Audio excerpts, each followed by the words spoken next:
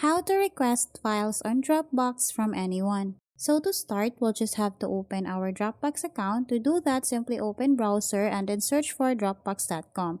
After that, log into your account. Once logged in, we'll have to go on the left part of the screen and then tap on this file request option. After that, in here, we'll have to tap on this new request, and then after that, we can now add a title project.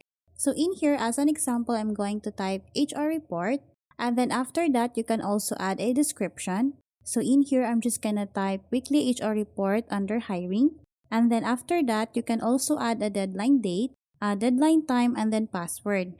But keep in mind, to avail this feature, you need to try Pro. Once you're done creating your new request, what you need to do is to tap on this create option, and then after that, it will now show you a link here. If you want to share your file request, what you need to do is to type the account or the email where you want to share the file request. After that, tap on the share option.